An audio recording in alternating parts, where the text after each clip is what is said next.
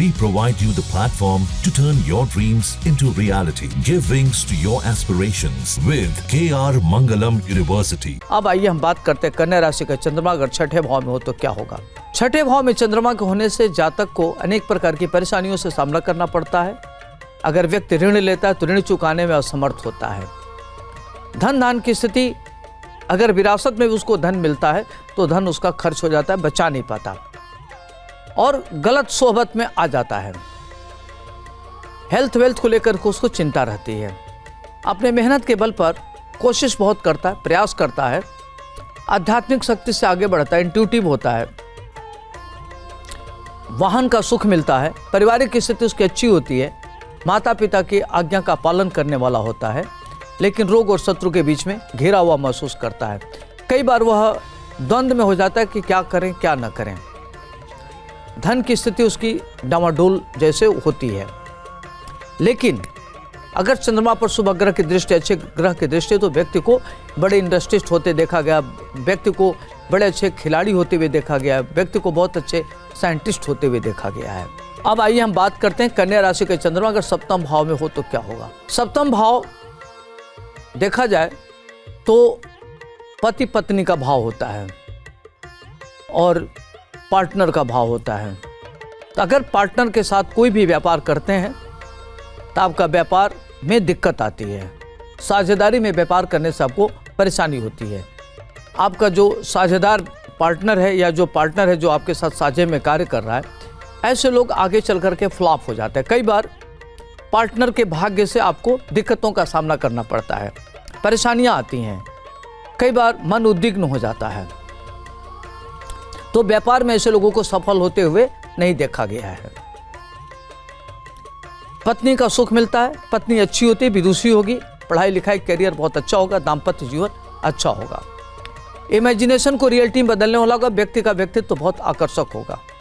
वहीं अगर महिला है तो महिला की कुंडली में उसका पति का अच्छा रहेगा, पति सुंदर बुद्धिमान और विद्वान होगा और व्यापार में आगे बढ़ने वाला होगा, उच्च पद आसीन होगा। देखा जाए तो काफ़ी अच्छा होता है, उसका दाम्पत्य जीवन अच्छा होता है। लेकिन व्यापारिक स्थिति बहुत अच्छे होते हुए नहीं देखा गया है। कन्या राशि का चंद्रमा अगर आठवें भाव में हो तो क्या होगा। अष्टम भाव में खास तौर से देखा जाता है कि चंद्रमा को अष्टमेश दोष नहीं लगता। अष्टम भाव कन्या का घर, बुध का घर होगा। तो इस तरह के लोग उच्च कोटि के व्यापारी होते हैं, विदेश से इनका व्यापार होता है, मौलिकता से धन अर्जित करते हैं, अच्छे सहायक की भूमिका में होते हैं, अच्छे सलाहकार होते हैं, धन दान की स्थिति अच्छी होती है। इस तरह के लोग अच्छे आर्टिस्ट होते हैं, आर्किटेक्ट में काफ़ी अच्छा कार्य करते हैं और वास्तुविद होते हैं, ज्योतिर्विद होते हैं, गणित और अर्थशास्त्र के बड़े अच्छे ज्ञाता होते हुए देखे गए हैं। देश विदेश की यात्रा करते हैं, काफ़ी अंतर्राष्ट्रीय स्तर पर इनकी ख्याति होती है। भारतीय विदेश सेवा में इनको नौकरी करते हुए देखा गया है और इनकी किताबें बड़ी फेमस होती है, पुरस्कृत होने वाली होती है। आँख की इनको प्रॉब्लम रहती है। हेल्थ वेल्थ को लेकर के थोड़ा सा सर्दी जुकाम एलर्जी स्किन डिजीज की समस्या इनको रहती है। कन्या राशि का चंद्रमा अगर 9 भाव में हो तो 9 भाव भाग्य का भाव होता है, बुध का घर हो गया।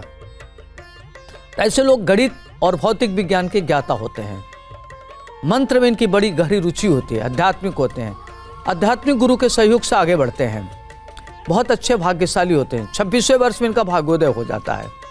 लेखक साहित्यकार ग्रंथकार होते हैं, इंट्यूटिव पावर इनकी बहुत अच्छी होती है, परम भाग्यशाली होते हैं, पिता के प्रिय होते हैं और धन धान से युक्त होते हैं। विरासत में इनको धन मिलता है, पिता का जबरदस्त सहयोग मिलता है, इनके मित्र पत्नी बच्चे इनके लिए काफ़ी सहयोगी होते हैं।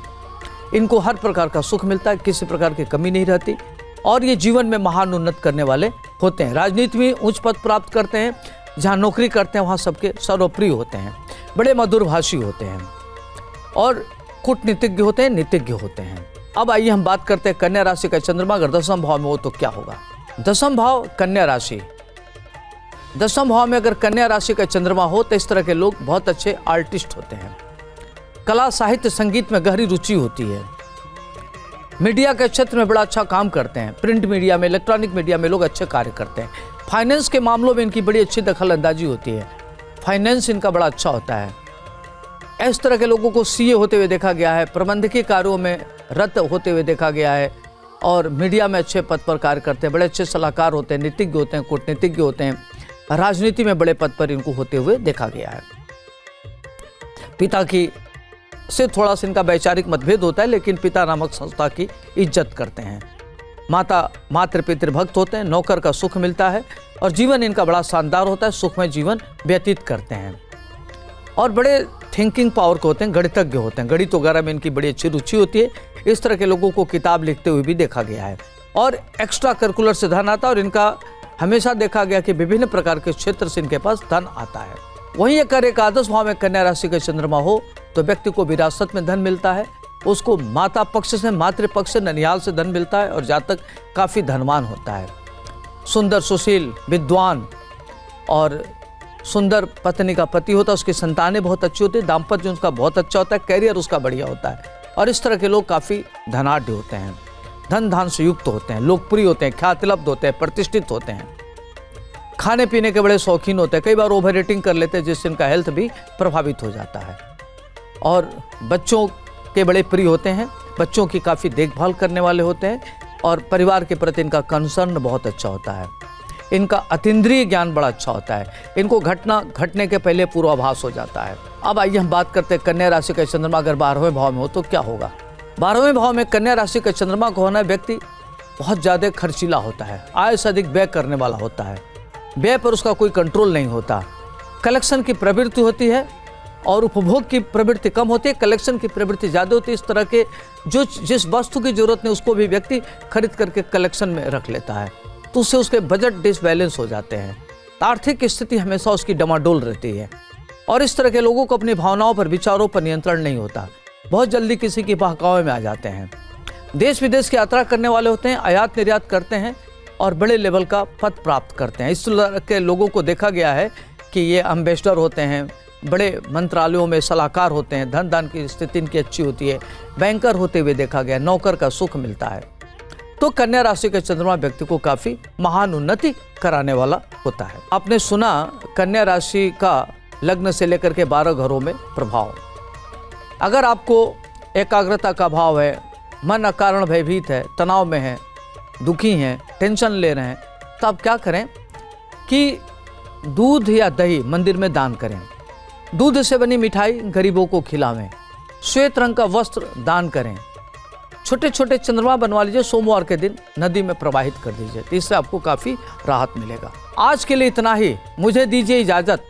आपका दिन शुभ हो, मंगलमय हो। नमस्कार।